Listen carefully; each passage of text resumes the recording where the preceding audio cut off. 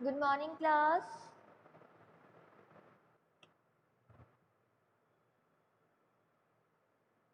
Good morning. Good morning ma'am. Good morning. कैसे हो सब?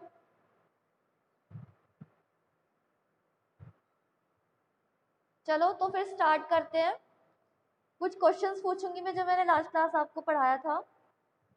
तो ऐसी कौन सी बुक थी, उस बुक का क्या नाम था जिसमें सारी सर्जरी के बारे में या सारी मेडिसिन के बारे में था एंशियंट टाइम्स में? कौन बताएगा?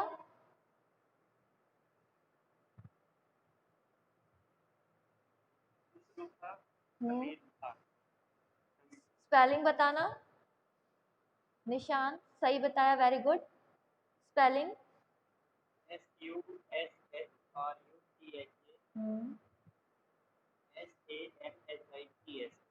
Very good. सेकंड क्वेश्चन है, who was the father of medicine? Father of medicine कौन थे? Sumit Kumar. Father of medicine कौन थे? सुमित। मैम प्रीवियस क्लास में मैं अटेंड नहीं।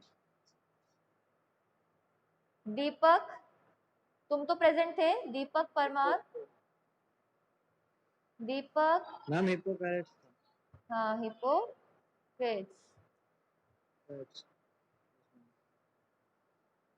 पहले जो पुराने एंशियंट टाइम के लोग थे वो अपना रिकॉर्ड रखने के लिए, अपना डॉक्यूमेंटेड रिकॉर्ड रखने के लिए कौन सी टैबलेट्स का यूज करते थे?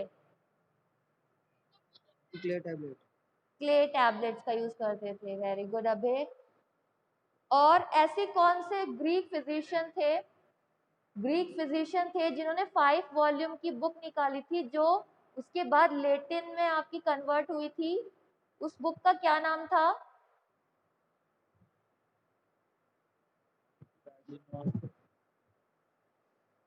जो ग्रीक फिजिशियन थे, हाँ, उन्होंने एक बुक निकाली थी जिनकी 5 वॉल्यूम्स थी, उस बुक का नाम क्या था? मेडिका। हाँ, वेरी गुड अतुल। ठीक है, तो एक दो क्वेश्चन का आंसर अभी मैं बता देती हूँ। अगर आपसे कोई पूछे कि who was the father of pharmacy in India, India में अगर आपसे कोई पूछे कि फादर ऑफ फार्मेसी कौन है, तो आप बताओगे महादेव लाल श्रॉफ।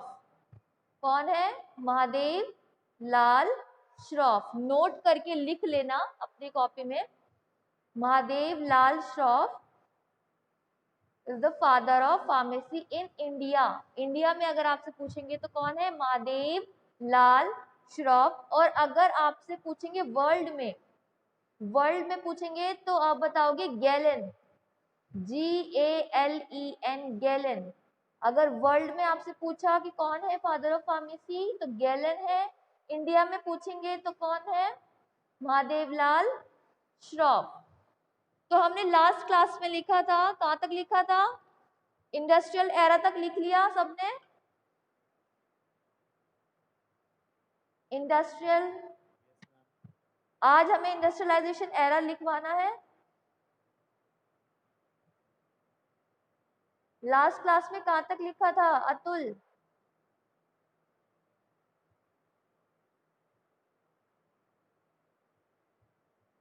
माइक ऑन करके बता सकते हो। एम्पेरिक हुआ था। ओके, नेक्स्ट लिखो heading, next heading industrialization era. Industrialization era, INDUSTRIALIZATION,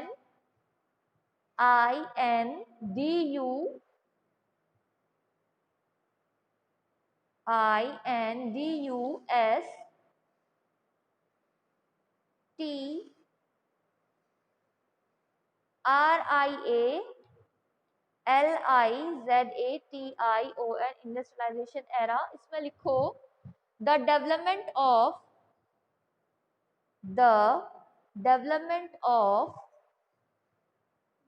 manufacturing,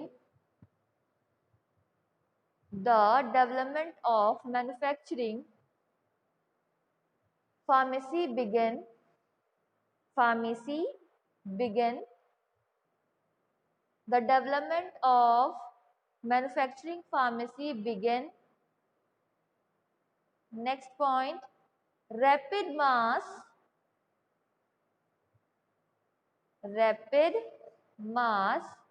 production of medicines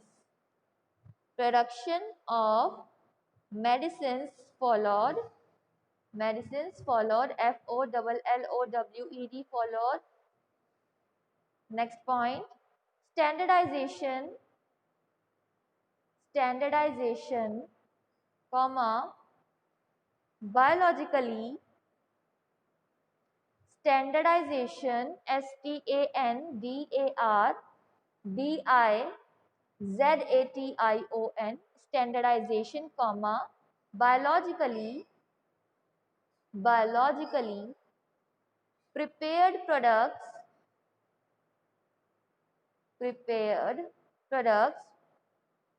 comma, complex chemical synthesis,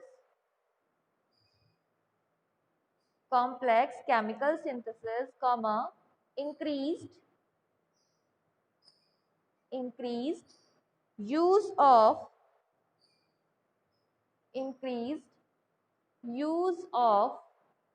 parenteral products or medications, parenteral, parenteral products or medications were all part of this period. क्या किसी को पता है कि parenteral products होते क्या हैं? Parenteral products के बारे में किसी को पता है तो माइक ऑन करके बता सकते हो.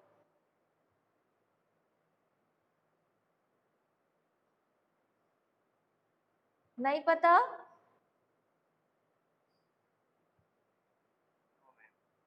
पेरेंट्रल प्रोडक्ट्स होते हैं जैसे आपके इंजेक्शंस जो हैं, जो आपके इंट्रावेनसली या इंट्रामस्कुलरी आपको दिए जाते हैं. जितने भी आपके इंजेक्शंस जो होते हैं, जो सिरिंज के थ्रू आपको दिए जाते हैं, उनको हम पेरेंट्रल प्रोडक्ट्स बोलते हैं इंडस्ट्री में आकर के. तो इंडस्ट्रियल एरा में हुआ क्या? इंडस्ट्रियलाइजेशन एरा में इंडस्ट्री बनी यानी कि डेवलपमेंट हुआ. आपका जो मैन्युफैक्चरिंग जितनी भी हो रही है प्रोडक्ट की, वो होनी स्टार्ट हुई, क्योंकि इंडस्ट्री में ही होता है मैन्युफैक्चरिंग प्रोसेस. फिर उसके बाद rapid mass of production of medicine followed, यानी कि क्या हुआ, जल्दी से एकदम से आपकी जो मैन्युफैक्चरिंग थी वो रैपिड मास ऑफ प्रोडक्शन होने लगा. आपकी मैन्युफैक्चरिंग जल्दी से इंक्रीज होने लगी, बढ़ने लगी मेडिसिन की. और क्या होने लगा, standardization, biologically prepare products, complex chemical synthesis, increase use of parental medication for all part of this period. इस पीरियड में आते आते आपकी जो मेडिकेशंस हैं वो इस उसमें आ गई कि आपकी पेरेंटल प्रोडक्ट्स भी बनने लगी. क्योंकि पेरेंटल प्रोडक्ट ऐसे प्रोडक्ट्स होते हैं जब अब जो आपकी टैबलेट्स हैं वो तो क्या करते हैं, कोई भी ले लेता है, बट इंजेक्शन एक ऐसी चीज है जिसको हम बनाने की प्रोसेस के टाइम में उसको स्टेराइल किया जाता है, यानी कि उसमें कोई भी छोटा पार्टिकल भी नहीं जा सकता. अगर छोटा पार्टिकल चला गया पेरेंटल में तो क्या होगा, क्योंकि वो डायरेक्ट हमारे वेन्स में जाता है. इंजेक्शन क्या होता है, डायरेक्ट हमारी बॉडी में जाता है. ये नहीं कि हमने उसको ओरली ले लिया तो अगर छोटा मोटा पार्टिकल होगा तो इतना इफेक्ट नहीं होगा, क्योंकि अगर वेन्स में अगर छोटे से छोटा पार्टिकल चला गया तो ज्यादा से ज्यादा खतरा हो सकता है. तो इसलिए इस एरा में आते आते क्या हुआ, हमारे पेरेंटल प्रोडक्ट्स भी बनने स्टार्ट हो गए, इनका स्टैंडर्डाइजेशन होने लगा. क्योंकि अगर इसका स्टैंडर्डाइजेशन नहीं होगा, इसको स्टैंडर्ड क्वांटिटी में नहीं रखेंगे तो क्या हो सकता है, जिस पर्सन के अंदर हम इंजेक्ट कर रहे हैं इंजेक्शन, उसको क्या हो सकता है, अगर आप सपोज करो उस इंजेक्शन के अंदर छोटे छोटे पार्टिकल्स हैं, कोई भी गंदगी है, कोई भी डस्ट पार्टिकल है, वो क्या हुआ, वो वेन्स में चला गया. अगर इंट्रावेनसली दे रहे हैं तो वो वेन्स में चला गया और उससे क्या हो सकता है, आपकी वेन्स फूल सकती है या क्लॉट बना सकता है, ब्लड क्लॉट्स हो सकता है, और ज्यादा से ज्यादा और कुछ फाइब्रॉइड बन सकते हैं. तो इस वजह से उसको स्टैंडर्ड करना भी बहुत जरूरी है. तो इंडस्ट्रियलाइजेशन एरा में आते आते क्या हुआ, जो मेडिसिन थी उसका प्रोडक्शन बहुत ज्यादा होने लगा, उसका जो पेरेंटल प्रोडक्ट्स है वो भी बनने स्टार्ट हो गए इंडस्ट्रियलाइजेशन एरा के अंदर. फिर उसके बाद अब आप लिखो heading, The patient care era. The patient, heading the patient care era. इसमें लिखो the beginning of this era. The beginning of this era concentrated on the beginning of this era concentrated on research to develop new medicines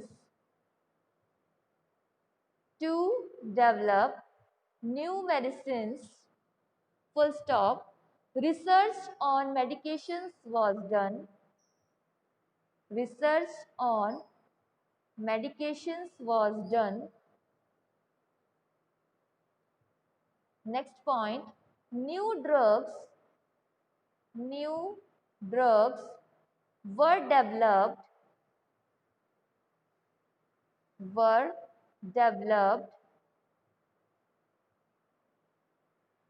comma, had a lot of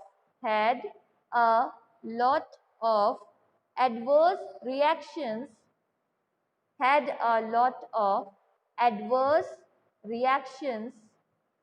to drugs,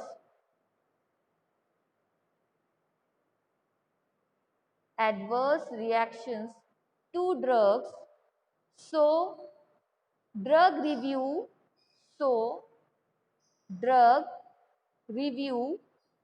and monitoring resulted, monitoring,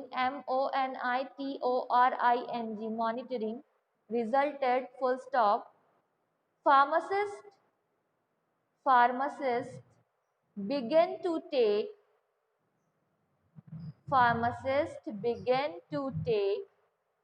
a more hands-on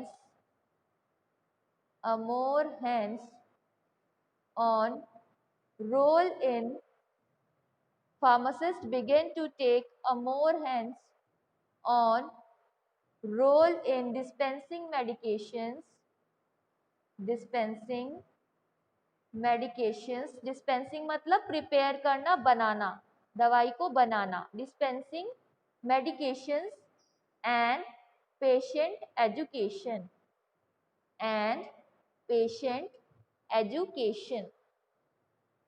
तो नाम से पता लग रहा है इस era में क्या होगा, पेशेंट का केयर का ख्याल रखा जाएगा. इस वजह से इसकी जब बिगनिंग हुई एरा की तो कंसंट्रेटेड किया गया मेडिसिन के ऊपर कि हम मेडिसिन कैसी बना रहे हैं, उसका प्रॉपर रिसर्च हुआ. कोई भी अगर नई कोई मेडिकेशन है, कोई भी नया प्रोडक्ट है, उसकी पहले रिसर्च होगा. और रिसर्च क्यों होगा, क्योंकि ये जानने के लिए कहीं ये हमारी बॉडी के अंदर कॉम्प्लिकेशंस तो ना कर दे, कोई एडवर्स रिएक्शंस तो ना कर दे.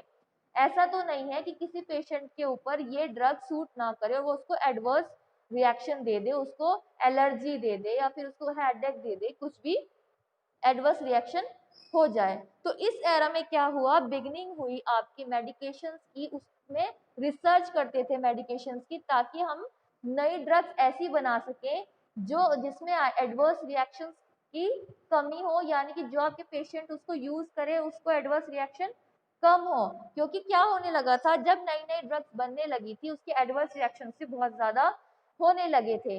इस वजह से उसकी ड्रग मॉनिटरिंग और उसके ड्रग की रिव्यू होना स्टार्ट हुआ.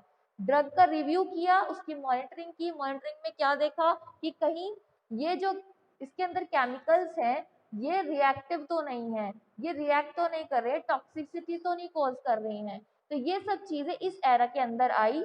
तो जो फार्मासिस्ट है उन्होंने क्या करना स्टार्ट किया, more hands on role in dispensing, यानी कि उन्होंने ज्यादा से ज्यादा अपना हाथ कहाँ पे किया, प्रिपेयर करने में, मेडिकेशंस को बनाने में और पेशेंट की एजुकेशन में. पेशेंट का एजुकेशन क्यों होना जरूरी है, पेशेंट की हर एक डिटेल होना भी बहुत जरूरी है कि कहीं उसको कोई एलर्जी तो नहीं है किसी ड्रग से. इस तरीके की पूरा उसको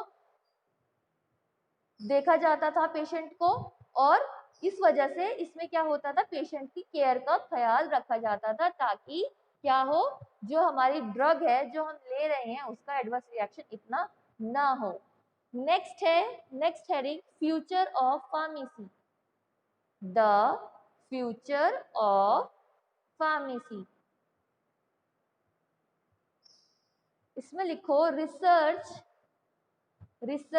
in the area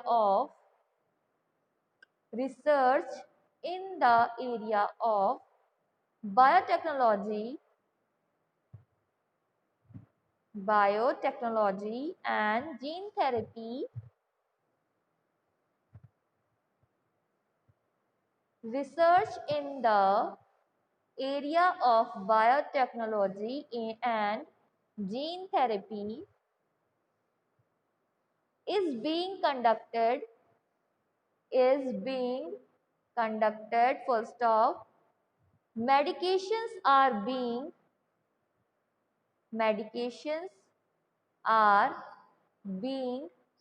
produced through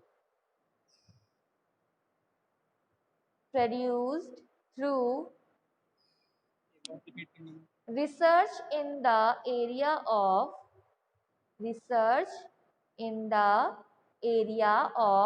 biotechnology, biotechnology, biotechnology and gene therapy, gene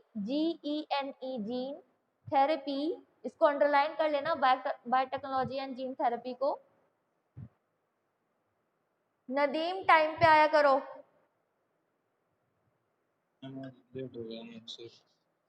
Biotechnology and gene therapy is being conducted full stop. Medications मतलब medicines, दवाइयाँ। Medications are being produced through recombinant DNA technology,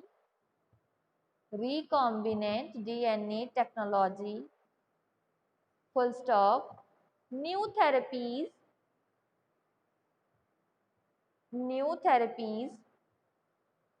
for cancer,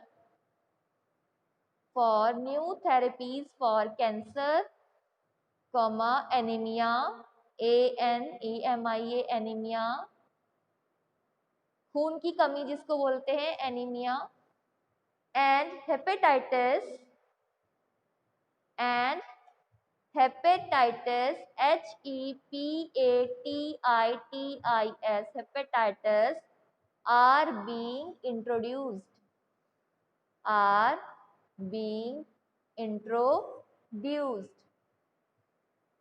एक आपको generally एक term बता देती हूँ, यहाँ पे एक वर्ड आया है हेपेटाइटिस। तो हेपेटाइटिस, अब जब भी आप जितने भी डिजीजेस के बारे में पढ़ोगे आगे तो उसमें अगर किसी के भी पीछे अगर आपको TIS अगर लिखा हुआ दिखाई दे तो आप समझ जाना इसका मतलब है इन्फ्लामेशन मतलब स्वेलिंग होना, सूज जाना। और इसमें हेपेटाइटिस हम जो हेपेट है हम किसके लिए यूज करते हैं, लीवर के लिए यूज करते हैं। यानी कि लीवर के अंदर जब इन्फ्लामेशन हो जाना तो उसको हम बोलते हैं हेपेटाइटिस। अगर आपने कहीं पे पढ़ा रेनाइटाइटिस तो रेनल मतलब किडनी और टेस्ट मतलब इन्फ्लामेशन। तो आगे भी जितने भी आपके पास टर्म्स आएंगी, कोई डिजीज आएगी, जब भी आप कभी आगे कोई डिजीज का नाम सुनोगे जिसके लास्ट में टेस्ट आए TIS तो उसका मतलब होता है इन्फ्लामेशन यानी कि सूजन होना। तो अगर लीवर में इन्फ्लामेशन हो जाए तो हम उसको बोल देते हैं हेपेटाइटिस। तो इसमें क्या था फ्यूचर ऑफ फार्मेसी में, फ्यूचर ऑफ फार्मेसी यानी कि जब आगे फार्मेसी जा रही है उसने अपने आप को इतना डेवलप्ड कर लिया है कि अब क्या कर रहे हैं वो बायोटेक्नोलॉजी का यूज कर रहे हैं, कि टेक्नोलॉजी का यूज कर रहे हैं और जीन थेरेपी का यूज कर रहे हैं। यानी कि जीन की हेल्प से जो हमारी बॉडी के अंदर DNA है उनकी हेल्प से, जीन्स की हेल्प से क्या करते हैं, न्यू प्रोडक्ट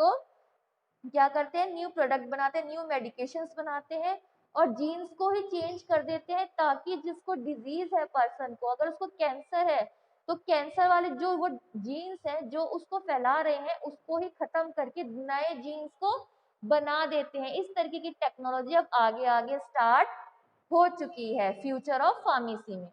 तो ये हुआ पूरी हिस्ट्री ऑफ फार्मेसी। अब हिस्ट्री ऑफ फार्मेसी में किसी को डाउट है तो पूछ सकते हो। नेक्स्ट अभी फिर हम फार्मेसी एजुकेशन से स्टार्ट करते हैं। किसी को कोई डाउट है? नो? यस और नो? रेस्पॉन्स तो कर सकते हो। ठीक है, तो अब हेडिंग डालो pharmacy education. Pharmacy education, EDUCATION। इसमें लिखो in ancient times, in ancient times physician has to do Manish mike on करो। Manish Sharma. Yes, ma'am. Who's the father of pharmacy in India? In India. Yes, ma'am. Who is the father of pharmacy in India? बताया था मैंने। दीपक। दीपक।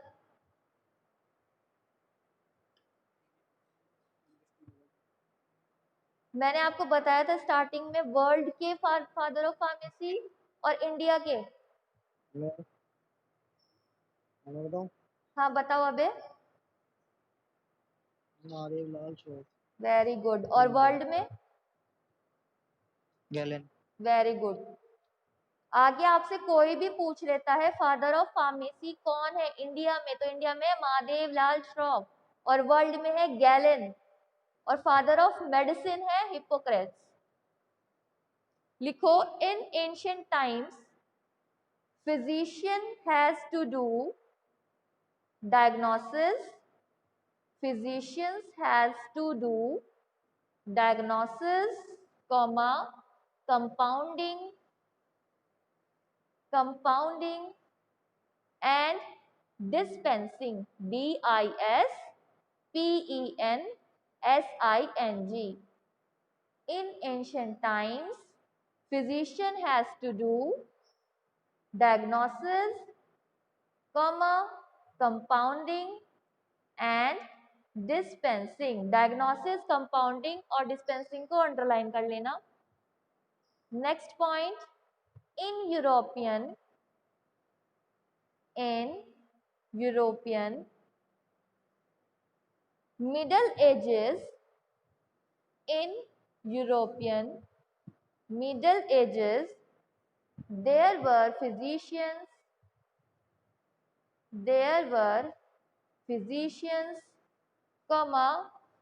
apothecaries, apothecaries,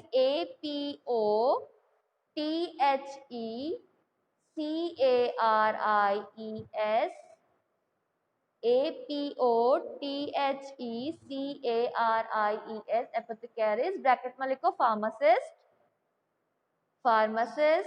एपोथेकेरी क्या है? Pharmacist and drug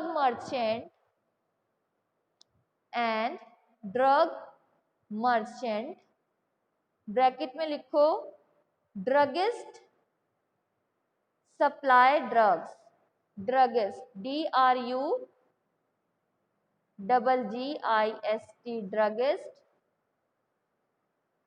hyphen supply drugs. पहले time पे क्या होता था, जो फिजिशियंस थे वही तो आपकी डिजीज को डायग्नोस कर देते थे। वही एक ही इंसान होता था, वही डायग्नोस करता था, वही ट्रीट करता था डिजीज को, वही दवाइयों को बनाता था, वही कंपाउंडिंग करता था, यानी कि जो इंग्रेडिएंट्स उनको मिक्स करता था, वही आपका प्रिपेयर करता था, डिस्पेंस करता था। तो हर एक जो काम है वो एक ही करता था। लेकिन अब क्या होने लगा है, अब हर चीज नई नई स्टार्ट होने लगी है। अब इंडस्ट्री बन चुकी है। इंडस्ट्री में क्या होते हैं, जो मैन्युफैक्चर करने वाले हैं वो अलग हैं, सप्लाई करने वाले अलग हैं, जो मार्केटिंग कर रहे हैं वो अलग हैं। तो इस तरीके से हर चीज अब बढ़ चुकी है। बट पहले क्या होते थे, एक ही वैद्य होता था, वही दवाई लेकर आता था जंगल से, वही बनाता था, वही देता था। तो इसलिए अब क्या हो गया है, अब हर चीज का काम जो है बढ़ चुका है। अब जो आपके फिजिशियंस है उनका काम सिर्फ दवाई को प्रिस्क्राइब करना है, उससे ज्यादा कुछ नहीं, यानी कि वो सिर्फ अब डिस्पेंसिंग वगैरह कुछ नहीं कर, डिस्पेंसिंग जो होती है वो इंडस्ट्री में होती है। Next point, in early drugs, in early drugs, pharmacy as a part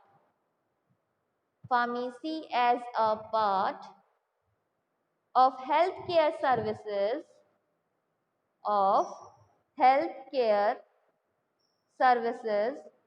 was studied in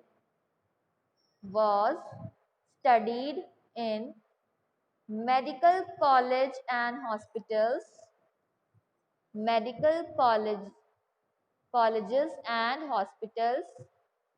In early drugs, pharmacy as a part of healthcare services was studied in medical colleges and hospitals. Next point, in 1870,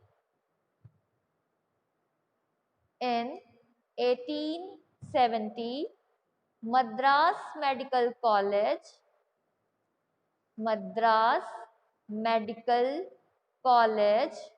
conducted, Madras medical college को underline कर लेना, इन 1870 Madras medical college conducted licentiate exam, licentiate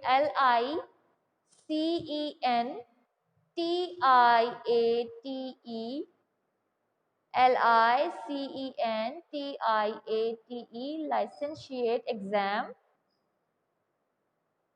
for chemist and druggist,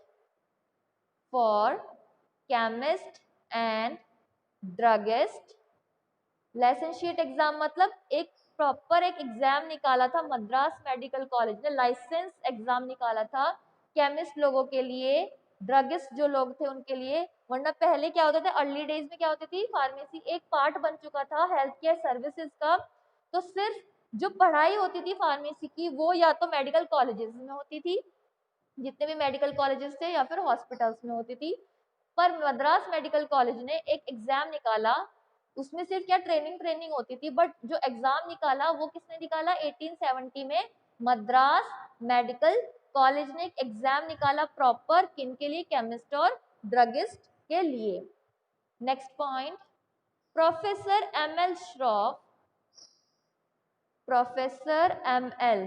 ML कौन, Mahadev Lal, ML Shroff, bracket में लिख लो, professor Mahadev Lal Shroff, SCHROFF Shroff, bracket close,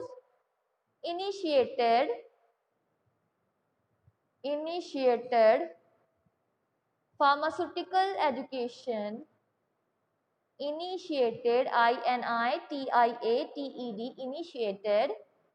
pharmaceutical education at the university level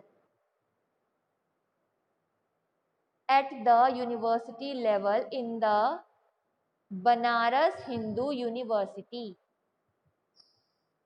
at the university level in the Banaras Hindu University, Banaras Hindu university को underline कर लो। जब आपका exam निकाल दिया मद्रास मेडिकल कॉलेज ने 1870 में, उसके बाद लास्ट में जो आपके महादेव लाल श्रॉफ थे उन्होंने क्या किया, उस एग्जाम को यूनिवर्सिटी लेवल तक लेकर गए, यानी कि जो आपकी फार्मेसी है उसको एक यूनिवर्सिटी लेवल दिया उन्होंने, और वो कौन सी यूनिवर्सिटी थी, बनारस हिंदू यूनिवर्सिटी, पहली यूनिवर्सिटी थी जिसने फार्मेसी को एक यूनिवर्सिटी लेवल पे उसको किया, यूनिवर्सिटी लेवल पे आई, तो वो कौन सी यूनिवर्सिटी थी, Banaras Hindu university. Next heading डालो, pharmacy council of India, pharmacy council of India, bracket में लिखो PCI, PCI की full form pharmacy council of India. जितना भी आपका रेगुलेशन चलता है फार्मेसी का, जितना भी सब कुछ आपको, जो अभी आप जब पढ़ाई करोगे फार्मेसी की, उसके बाद जब आपको लाइसेंस चाहिए होगा तो आप कहाँ जाओगे, पीसीआई में जाओगे तो जो उत्तराखंड का पीसीआई है वो कहाँ है, देहरादून में, और यूपी वाले कहाँ पे जाएंगे, लखनऊ में। तो वहां से पीसीआई से ही जाकर के उनको लाइसेंस लेना पड़ेगा, तभी आपका रेगुलेशन होगा। क्लास चल रही है।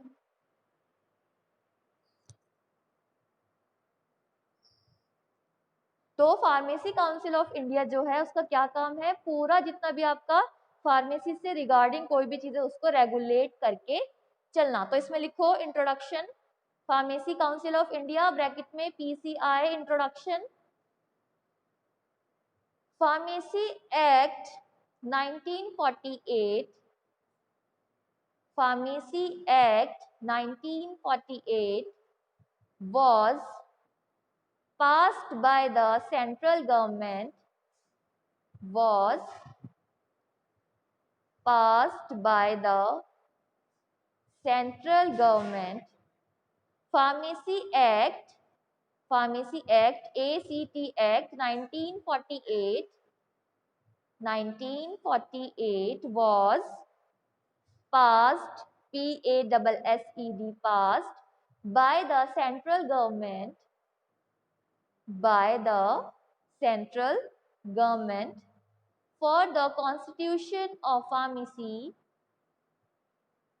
for the constitution of pharmacy, Council of India, Council, COUNCIL, Council of India, bracket में PCI, bracket close, which was constituted on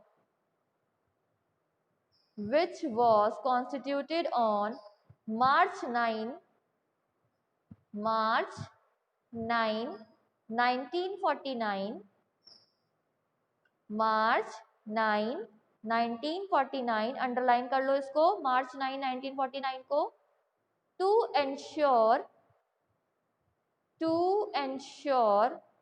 uniform education and training to individuals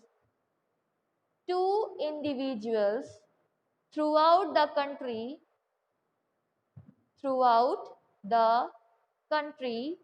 who are interested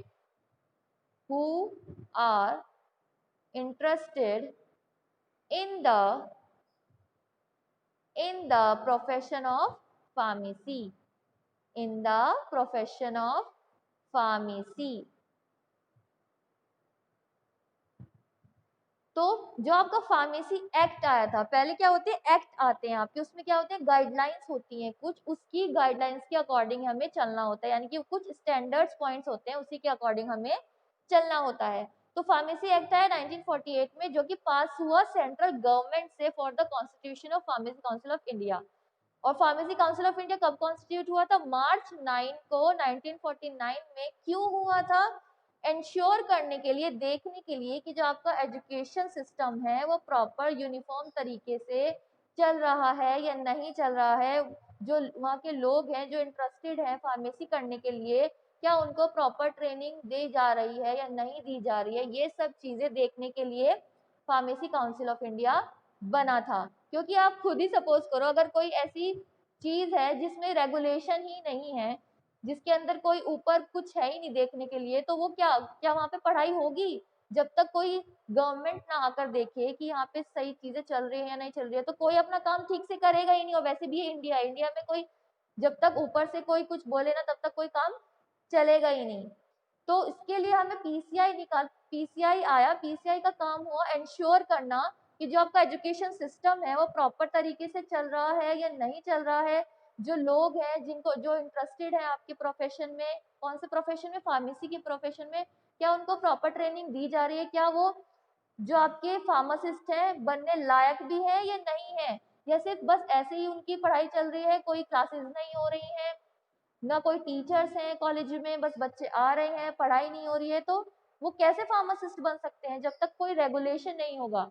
इस वजह से आपका PCI आया था। अब इसका next जो हेडिंग है वो है ऑब्जेक्टिव। क्या ऑब्जेक्टिव है आपका पीसीआई का, क्या एम है पीसीआई का। तो लिखो ऑब्जेक्टिव्स। आवाज क्लियर है सबको? हेलो,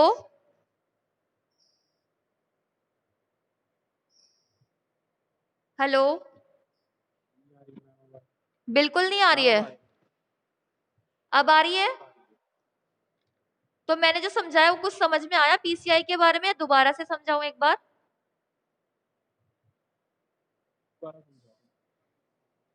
पीसीआई का काम होता है रेगुलेशन करने का, यानी कि रेगुलेट करने का, इंश्योर करने का कि जो आपका एजुकेशन सिस्टम है, जो एजुकेशन चल रहा है वो प्रॉपर तरीके से चल रहा है या नहीं चल रहा है। यानी कि जो बच्चे आपके ऐसा तो नहीं है कि कॉलेजेस तो चल रहे हैं पर लेक्चर्स नहीं हो रहे हैं, टीचर्स नहीं है, तो वो किस तरीके से फार्मासिस्ट बनेंगे, कैसे वो दवाई बना देंगे जब तक उनको प्रॉपर नॉलेज नहीं दी जाएगी किसी चीज की। यानी कि अगर फार्मेसी की ही उनको नॉलेज नहीं दी जाएगी तो वो कैसे फार्मासिस्ट बनेंगे? तो यानी कि उसको रेगुलेशन करने के लिए पीसीआई आया था। पीसीआई का काम है ये देखना कि जो आपका एजुकेशन है वो प्रॉपर तरीके से चल रहा है या नहीं चल रहा है, जो ट्रेनिंग हो रही है बच्चों की, उनको जो नॉलेज दी जा रही है वो प्रॉपरली दी जा रही है या नहीं दी जा रही है। तो इसलिए आपका पीसीआई आया था। तो अब उसके हमें एम लिखने हैं कि एम क्या क्या है आपके पीसीआई के। तो हेडिंग डालो ऑब्जेक्टिव्स। Objectives, OBJECTIVES, objectives. इसमें लिखो first, to regulate the pharmacy, to regulate the pharmacy education in the country,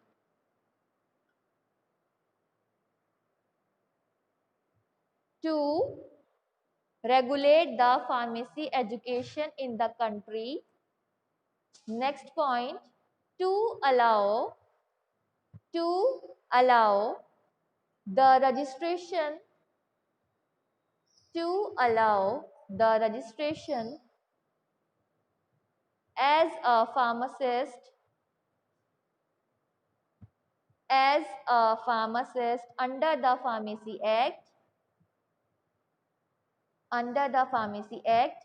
pharmacy act क्या है? फार्मेसी एक्ट में आपकी गाइडलाइंस होती हैं, जिसके गाइडलाइंस के थ्रू हमें अपना काम करना होता है। तो फार्मेसी एक्ट के अकॉर्डिंग ही हर चीज होगी। Next point, to regulate the profession and profession and practice of pharmacy, practice of pharmacy. तो पीसीआई का क्या ऑब्जेक्टिव हुआ? रेगुलेट करने का कि आपका फार्मेसी एजुकेशन जो है, जो आपका एजुकेशन चल रहा है वो प्रॉपर तरीके से चल रहा है या नहीं चल रहा है, ये रेगुलेट करने का। दूसरा क्या ऑब्जेक्टिव हुआ, क्या एम हुआ पीसीआई का? To allow the registration as a pharmacist, यानी कि आपको रजिस्ट्रेशन देने का, फार्मासिस्ट का रजिस्ट्रेशन देने का काम होगा अंडर द फार्मेसी एक्ट। यानी कि जो आपकी गाइडलाइंस है फार्मेसी एक्ट में, उसके अकॉर्डिंग ही रजिस्ट्रेशन आपको मिलेगा। तो आपको अगर अपना रजिस्ट्रेशन चाहिए होगा तो आपको पीसीआई में ही जाकर के अपना रजिस्ट्रेशन लेना होगा। नेक्स्ट है to regulate the professional practice of pharmacy. तो वही हुआ आपका जो ऑब्जेक्टिव्स हुए, क्या क्या ऑब्जेक्टिव्स हुए? रेगुलेट करने का फार्मेसी एजुकेशन, दूसरा अलाउ करने का रजिस्ट्रेशन देना किनको? फार्मासिस्ट को।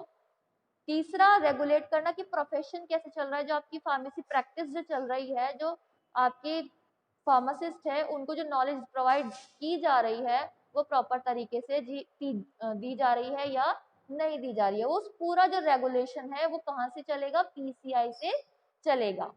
अब नेक्स्ट लिखो, ये हुए ऑब्जेक्टिव्स। अब नेक्स्ट लिखो, इन जुलाई 1937, ये अलग से ही पॉइंट्स है फार्मेसी एजुकेशन में। ये सिर्फ थोड़ा सा इंट्रोडक्शन था आपका पीसीआई का और उसके ऑब्जेक्टिव्स के बारे में, क्योंकि आपको पता होना चाहिए कि जो आपका रेगुलेशन पूरा चल रहा है फार्मेसी का वो कहाँ से चलता है। तो इसमें लिखो इन जुलाई 1937। अब जो हम लिख रहे हैं पॉइंट्स वो पूरा फार्मेसी एजुकेशन के बारे में है। इन जुलाई 1937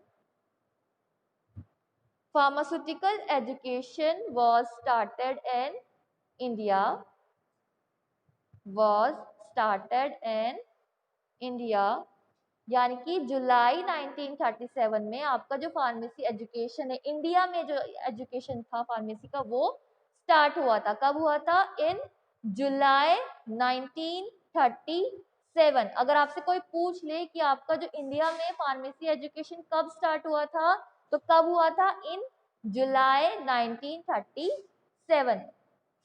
नेक्स्ट पॉइंट, इन 1953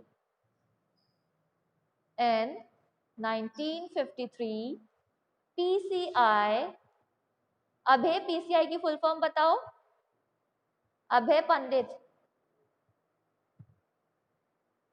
अभय, पीसीआई की full pharmacy form? Counselling India.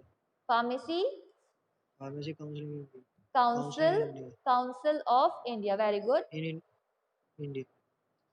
Good. In 1953 PCI developed education regulation, education regulation stated that, stating, STATING, stating that minimum qualification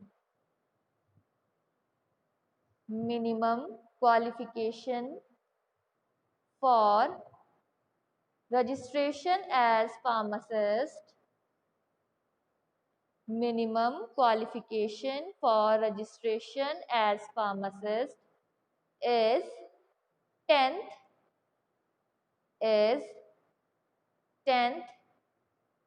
plus 2-year D-Pharm, 2-year D-Pharm, D-Pharm मतलब diploma, D-Pharm plus 1 year experience, plus 1 year experience। यानी कि 1953 में PCI ने क्या आपका develop किया education system में, कि अगर आपको रजिस्ट्रेशन चाहिए फार्मासिस्ट के लिए, तो आपके पास क्या क्या होना चाहिए? 10th प्लस 2 साल का डिप्लोमा और 1 साल का एक्सपीरियंस, तभी आपको रजिस्ट्रेशन मिलेगा फार्मासिस्ट का। Next point, to increase professional standards, to increase professional standards, patient oriented, patient, PATIENT, patient oriented, ORIENTED, oriented, subjects like health education,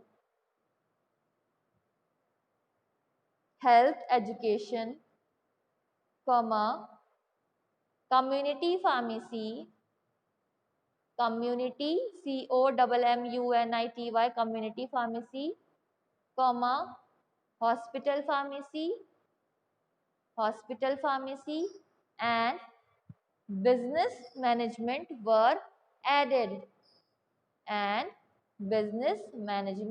were added, तो आपके प्रोफेशनल स्टैंडर्ड्स को बढ़ाने के लिए कुछ सब्जेक्ट्स को बढ़ाया गया आपके फार्मेसी में। तो वो कौन कौन से सब्जेक्ट्स थे जो बढ़ाए गए? Community pharmacy, health education, hospital pharmacy, business management, ये सब्जेक्ट्स को ऐड किया गया ताकि थोड़ा सा फार्मेसी के प्रोफेशनल जो एजुकेशन है उसको थोड़ा सा स्टैंडर्ड कर सके, स्टैंडर्डाइजेशन कर सके, उसको थोड़ा बढ़ा सके। इस वजह से इन सब्जेक्ट्स को बढ़ाया गया। कौन कौन से subjects? Hospital pharmacy, community pharmacy और हेल्थ एजुकेशन और business management. Next point, in 1991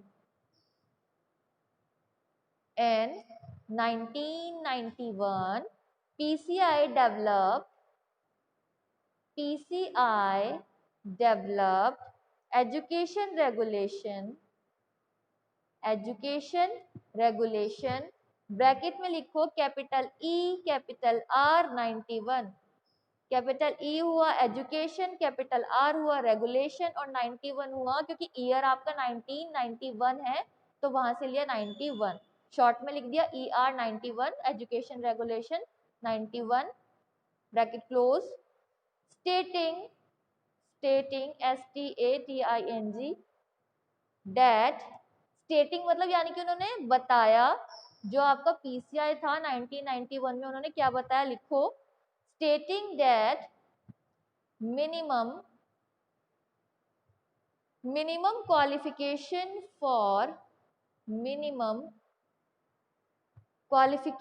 for registration as pharmacist is 10th plus 2-year intermediate plus 2-year D Pharm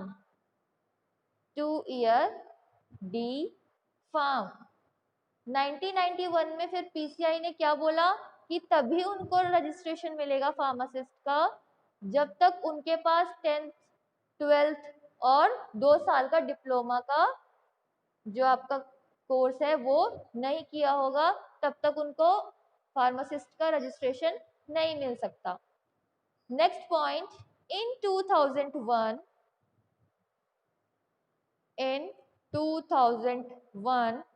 PCI developed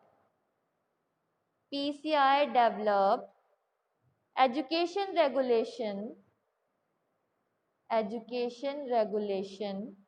ER education regulation bracket में लिख लो capital E capital R 2001 bracket close, to improve pharmacy education to world standards.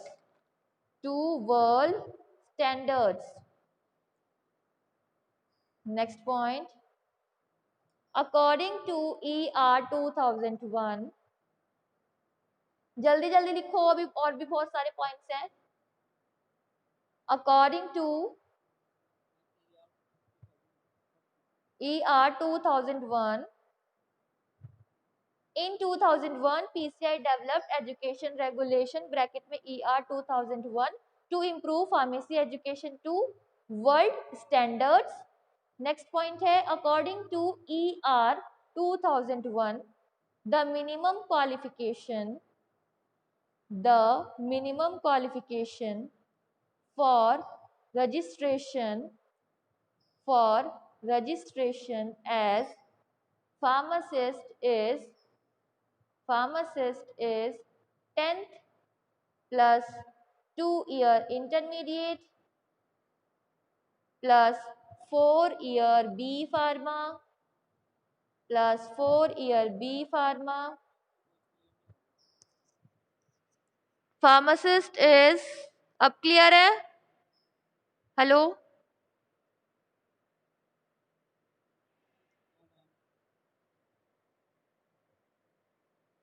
Hello, अब clear है? Yes, ma'am. लिखो according to network problem होगी, इस वजह से कट रही होगी आवाज, क्या ही कर सकते हैं अब। According to ER 2001 the minimum qualification for registration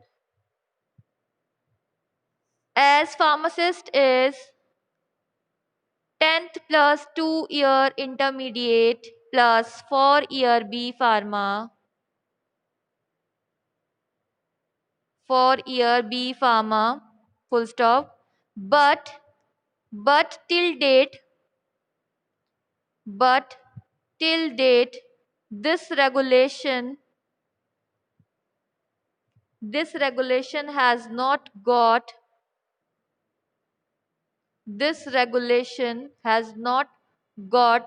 clearance from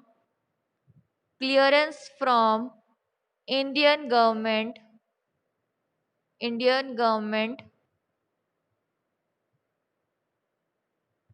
Next point, the pharmacy degree programs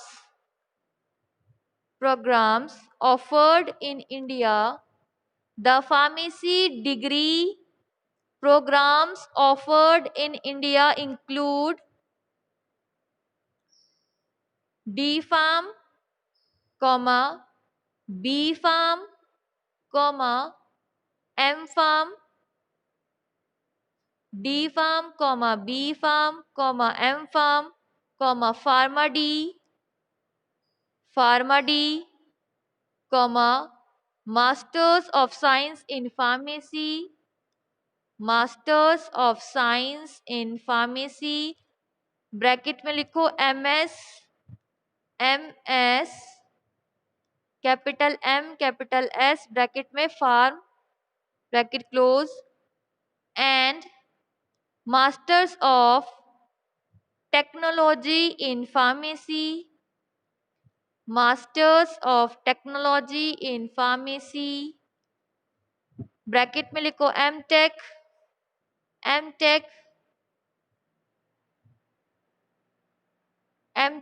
bracket में pharma, doctor of philosophy in pharmacy,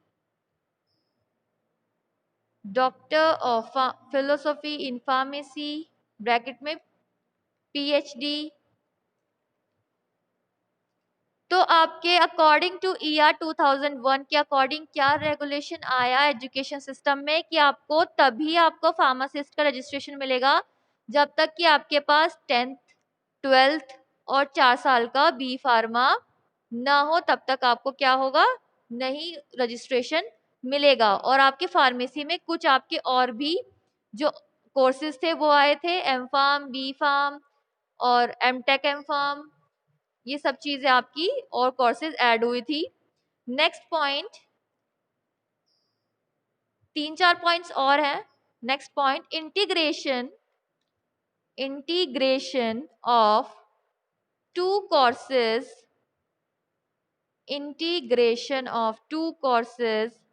like B.Pharm plus MBA or M.Pharm plus MBA has also been initiated by some institutions.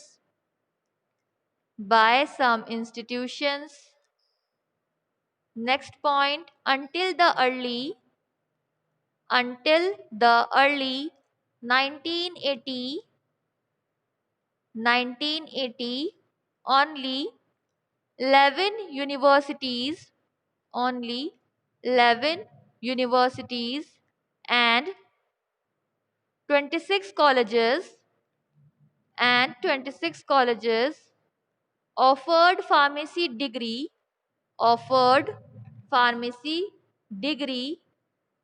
programs in India. Next point, currently there are more than 1500 institutions. With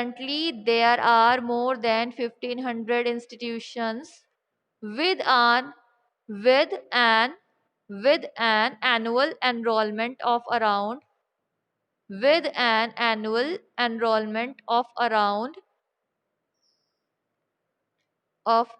1 lakh students।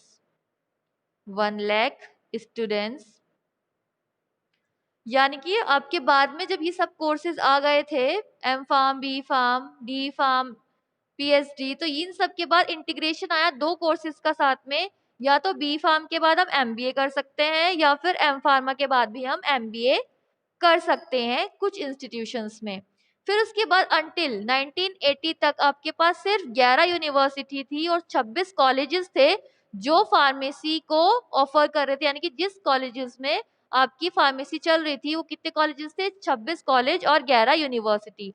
But अब क्या हुआ, currently situation क्या आ गई कि 1500 institutions हो चुके हैं और 1 लाख से स्टूडेंट हर साल आते हैं। अब एक टेबल है वो बना लीजिए आप। छोटी सी टेबल है,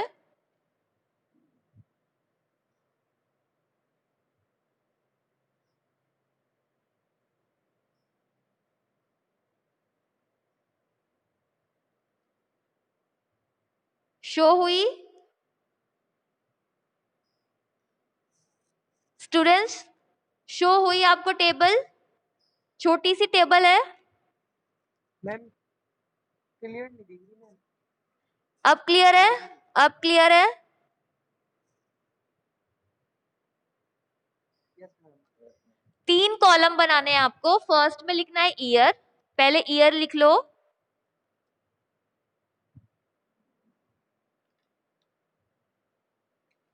इसमें लिखो 2005 as per PCI. Second column में 2005 एज पर एआईसीटीई।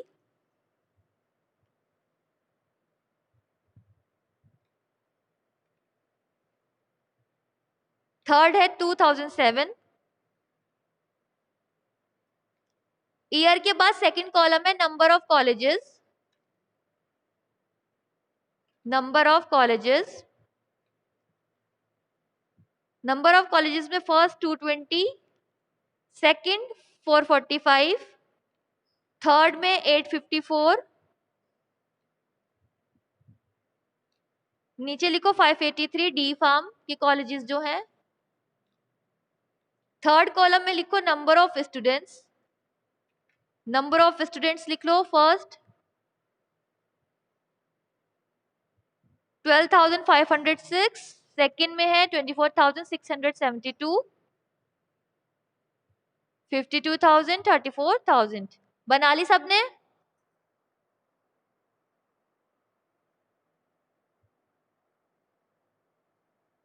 बन गई टेबल? नीचे एक पॉइंट लिखो, there are 6 national, there are, last point है, there are 6 national institutes, there are 6 national institutes of pharmaceutical education and research, pharmaceutical education and research, bracket में लिखो NIPER, NIPER, NIPER.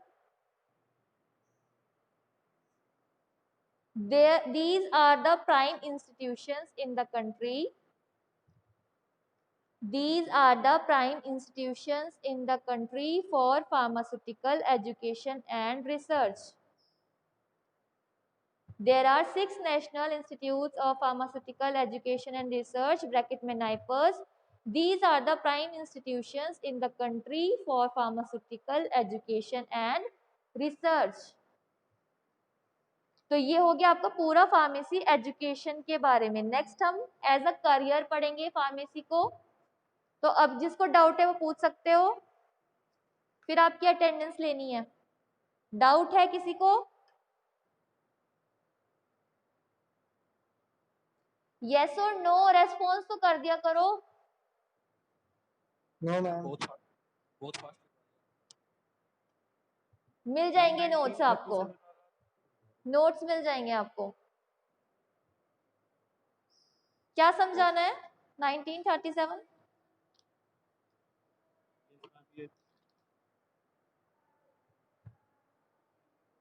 Hello, यानी कि जो आपका फार्मेसी एजुकेशन है वो कब स्टार्ट हुआ था? 1937 में स्टार्ट हुआ था, जुलाई 1937 में स्टार्ट हुआ था। उसके बाद जो आपका पीसीआई है 1953 में बोला था पीसीआई ने कि हम तभी फार्मासिस्ट का रजिस्ट्रेशन देंगे जब तक कितना क्वालिफिकेशन हो, 10th, 2 साल की डी फार्म और 1 ईयर का एक्सपीरियंस।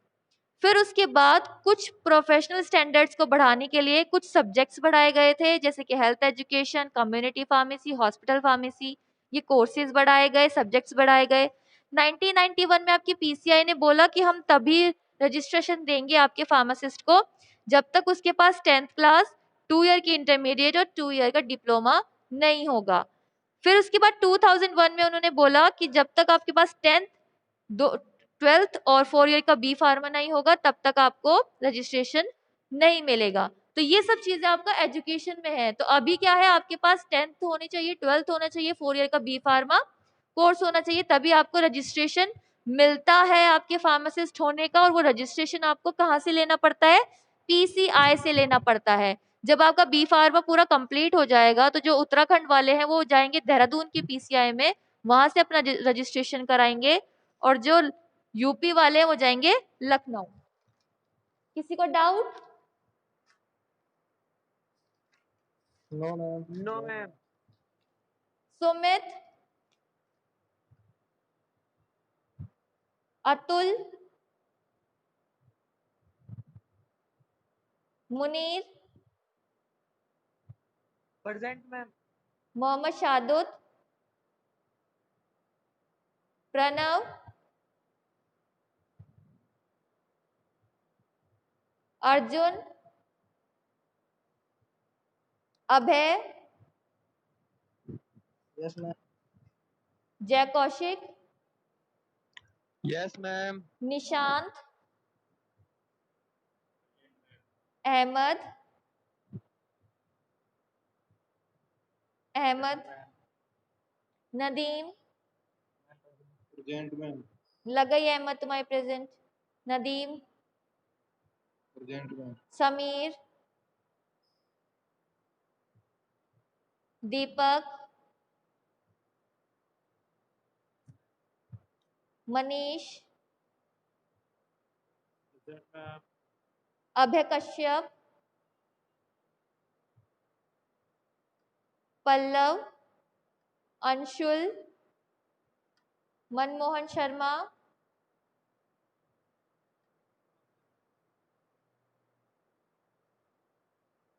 दीपक। एक ही दीपक है तुम्हारी क्लास में या 2 दीपक है? हाँ, लग गई है दीपक की। और किसकी प्रेजेंट नहीं लगी अभी तक?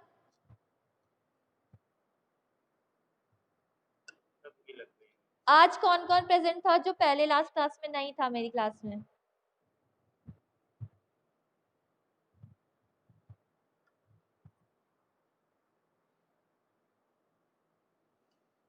हम सब present हैं।